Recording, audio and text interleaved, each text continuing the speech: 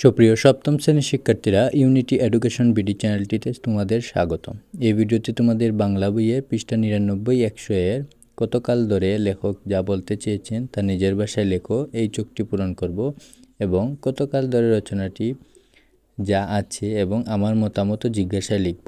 তাহলে চলো শিক্ষার্থীরা, আমরা এই চোখ দুটি পূরণ করি। কতকাল ধরে লেখক যা বলেছেন, ইতিহাস বলতে শুধু রাজা বাদশাদের কথা বোঝায় না, সব মানুষের কথা বোঝায়। এই রচনায় বাঙালির গত 2500 বছরের ইতিহাসের কথা বলা হয়েছে। রাজা, মন্ত্রী, সামন্ত, সৈনিক, সকল মানুষের জীবনের কথা। কীভাবে এদেশের মানুষ দেশ চালাতো, কাজ করত, ঘর বাঁধত, কাপড় পরত, খাওয়া দাওয়া করত, এই সকল কথা। লেখকের বর্ণনা মতে 1000 বছর আগে এদেশের পুরুষেরা ধুতি পরত, মেয়েরা পরত শাড়ি। শুধু যোদ্ধারা জুতো ব্যবহার করত।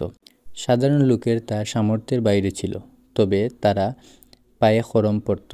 নারী ও পুরুষের নানা বাহারের চুল রাখত। মেয়েরা নানা রকম প্রসাধনী ব্যবহার করত। নারীদের পাশাপাশি পুরুষেরও অলংকার পরার চল ছিল। ভাত ছিল বাঙালির প্রিয় খাবার। নানা রকম তরকারি দিয়ে প্রতিদিন অন্নভোজন করত। ভাতের মাছ ছিল প্রিয় খাবার। শুটকির চলও সেকালে ছিল। ছাগল, হরিণ মাংস সবাই খেত। অন্য প্রিয় খাবারের মধ্যে ছিল ক্ষীর, দই, পায়েস, ছানা, খাজা, মোয়া, নাড়ু, পিঠেপুলি, বাতাসা, কদমা প্রভৃতি। ফল ফলাদির মধ্যে আম, কাঁঠাল, তাল, নারকেল ইত্যাদি ছিল প্রিয়। সেকালে মানুষে মাটির পাত্রে রান্না করত। পুরুষেরা শিকার প্রিয় ছিল। নারী ও পুরুষের মধ্যে নানা রকম খেলাধুলার চল ছিল। ধনী ও গরিব খেলাধুলা ও শখের কাজে পার্থক্য ছিল। গান বাজনার জন্য নানা রকম বাদ্যযন্ত্র ব্যবহার ছিল। সেকালে যাতায়াতের প্রধান বাহক ছিল নৌকা। ধনী লোকের জন্য ছিল হাতি, ঘোড়ার গাড়ি, আর সাধারণ লোকের জন্য ছিল গরুর গাড়ি। পালকি ব্যবহার সেকালে ছিল। একদিকে সমৃদ্ধি, আরেকদিকে দরিদ্রতা। তাহলে শিক্ষার্থীরা, এই ছিল তোমাদের 99 পৃষ্ঠার সমাধান। এখন চলো আমরা 100 পৃষ্ঠার সমাধানটি দেখি। কতকাল ধরে রচনাটি যেসব বক্তব্য নিয়ে তোমার মতামত রয়েছে বা প্রশ্ন জেগেছে তা হলো: 1. ইতিহাস বলতে শুধু রাজা বাদশাদের কথাই বোঝায় না, বোঝায় সব মানুষের কথা।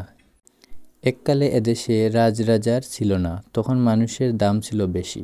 আমার মতামত জিজ্ঞাসা লিখব। বাংলাদেশের ইতিহাস অনেক পুরনো। এদেশের ঐতিহ্যের অনেক কিছু হারিয়ে গেছে, কিন্তু আমার জিজ্ঞাসা, হারিয়ে যাওয়া ঐতিহ্যের ফিরে পাওয়া দুষ্কর, তাই সেসব যথার্থ সংরক্ষণ করা হয়নি কেন? 2 নম্বরে, যাতায়াতের প্রধান উপায় ছিল নৌকা। হাতির পিঠে ও ঘোড়ার গাড়িতে চড়ে শুধু অবস্থাপন্ন লোকেরা। গরুর গাড়ি সাধারণ লোকেরা ব্যবহার করত, তবে সব সময় নয়, বিশেষ উপলক্ষে মেয়েরা বলিতে চড়ত। আমার মতামত জিজ্ঞাসায় লিখব।